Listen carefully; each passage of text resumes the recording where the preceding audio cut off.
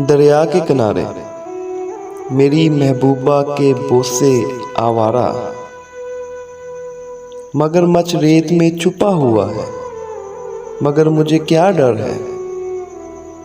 महबूबा की बोसों की गर्मी मेरे दिल में है और मैं दरिया में कूद पड़ता हूँ।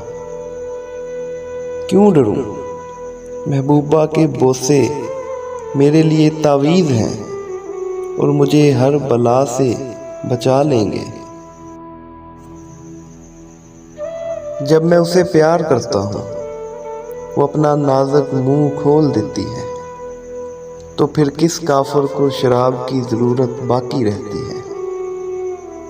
दरोगा सुन, सोते वक्त नरम रेशम का कपड़ा महबूबा की पिंडलियों के बीच में रख दीजिए, क्योंकि वो नाजुक है। दरोगा मेरी महबूबा के लिए फ़िरौनी बिछोना बिछाओ, क्योंकि वो ऐश में पली है।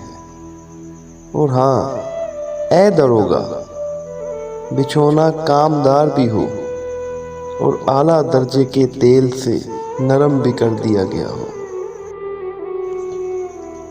मैं अपने कमरे में लेटा जाता हूँ, क्योंकि तेरी वजह से बीमार हूँ।